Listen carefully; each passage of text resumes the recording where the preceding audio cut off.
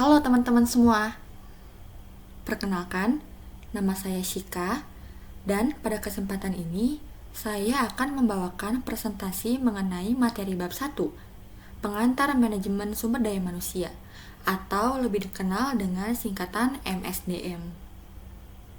MSDM merupakan salah satu pilar penting dalam dunia manajemen modern, karena keberhasilan organisasi pada akhirnya bergantung pada kualitas dan pengelolaan sumber daya manusianya. Mari kita mulai pembahasannya. Sebelum kita masuk lebih dalam, mari kita pahami dulu konsep dasarnya. Seorang manajer adalah individu yang bertanggung jawab untuk mencapai tujuan organisasi dengan cara mengatur, mengarahkan, dan mengelola pekerjaan orang lain. Disinilah peran MSDM sangat krusial. Manajemen sumber daya manusia adalah fungsi manajemen yang berfokus pada pengelolaan orang dalam organisasi. MSDM meliputi serangkaian aktivitas mulai dari merekrut karyawan, memberikan pelatihan, menilai kinerja, memberikan kompensasi, hingga mengelola hubungan kerja agar selaras dengan tujuan organisasi. Singkatnya, tanpa pengelolaan bisnis yang baik, strategi bisnis sebaik apapun akan sulit tercapai.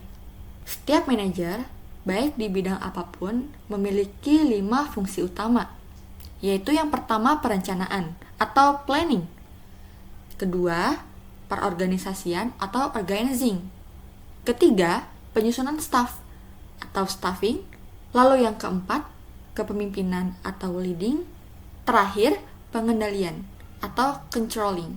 Di antara kelima fungsi ini, penyusunan staf adalah inti dari MSDM.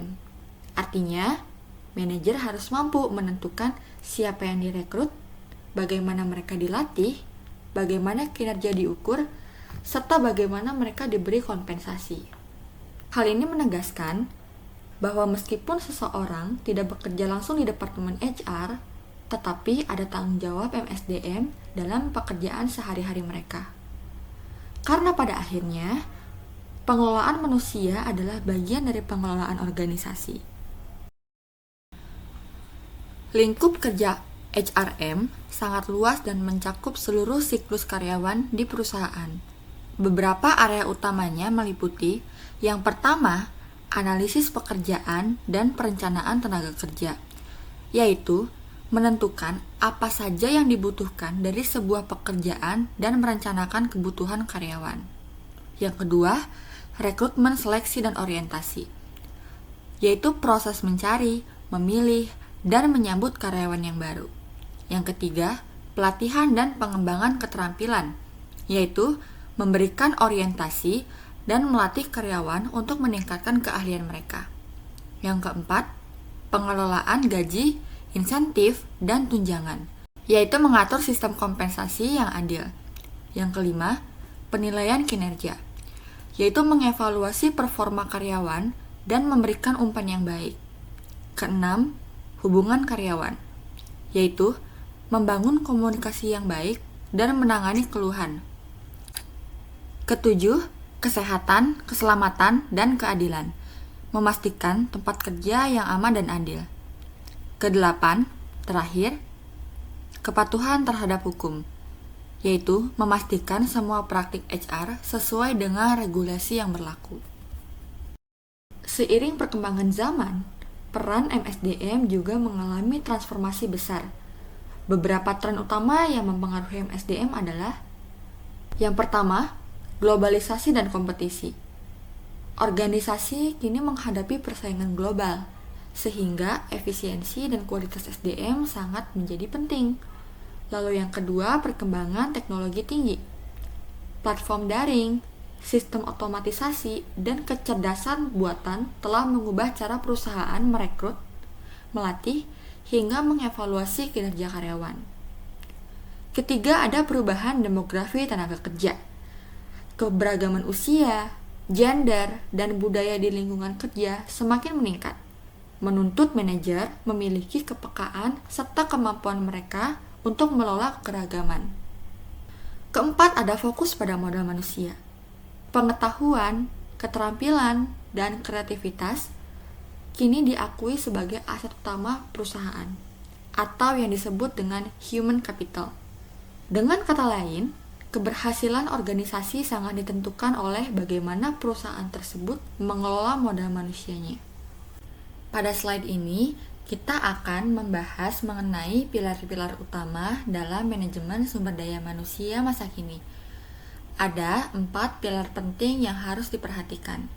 Yang pertama, manajemen SDM strategis. Artinya, kebijakan dan praktik HR tidak lagi sekedar administratif, tapi harus mendukung tujuan jangka panjang perusahaan. Kedua, etika dan keberlanjutan.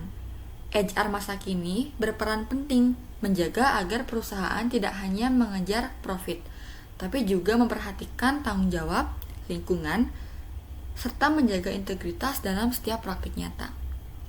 Ketiga, keterlibatan karyawan. Karyawan yang merasa dihargai dan terlibat akan memiliki motivasi tinggi, dan hal ini terbentuk dampak langsung pada produktivitas serta kinerja perusahaan. Keempat, kinerja dan manajemen SDM. Peran HR adalah memastikan seluruh kebijakan, mulai dari rekrutmen, pelatihan, hingga kompensasi benar-benar menghasilkan karyawan yang kompeten dan mampu memberikan kontribusi nyata bagi perusahaan. Keempat pilar ini saling melengkapi dan menjadi fondasi utama dalam membangun manajemen SDM yang efektif di era modern. Peran manajer SDM di masa kini jauh lebih kompleks dibandingkan sebelumnya. Mereka tidak lagi hanya mengurus hal-hal administratif, melainkan dituntut untuk mampu berpikir strategis dan membuat keputusan berdasarkan data. Ada 2 poin penting di sini. Yang pertama, tantangan baru. Manajer SDM harus bisa berbicara dengan bahasa bisnis, termasuk menggunakan indikator keuangan yang terukur, seperti Return on Investment atau ROI. Artinya, HR harus bisa membuktikan bahwa kebijakan yang dijalankan benar-benar memberikan nilai tambah bagi perusahaan. Yang kedua, filosofi manajemen SDM. Tindakan seorang manajer SDM selalu dipengaruhi oleh pandangan dasarnya tentang manusia. Filosofi inilah yang menentukan bagaimana karyawan direkrut, dilatih, diberi motivasi, hingga dikembangkan. Dengan filosofi yang tepat, perusahaan dapat menciptakan lingkungan kerja yang sehat, adil, dan juga produktif.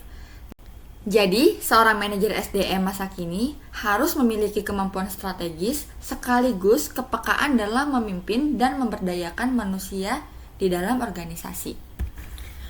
Dalam menjalankan perannya, seorang manajer SDM dituntut untuk memiliki kompetensi yang diakui secara internasional oleh Society of Human Resource Management.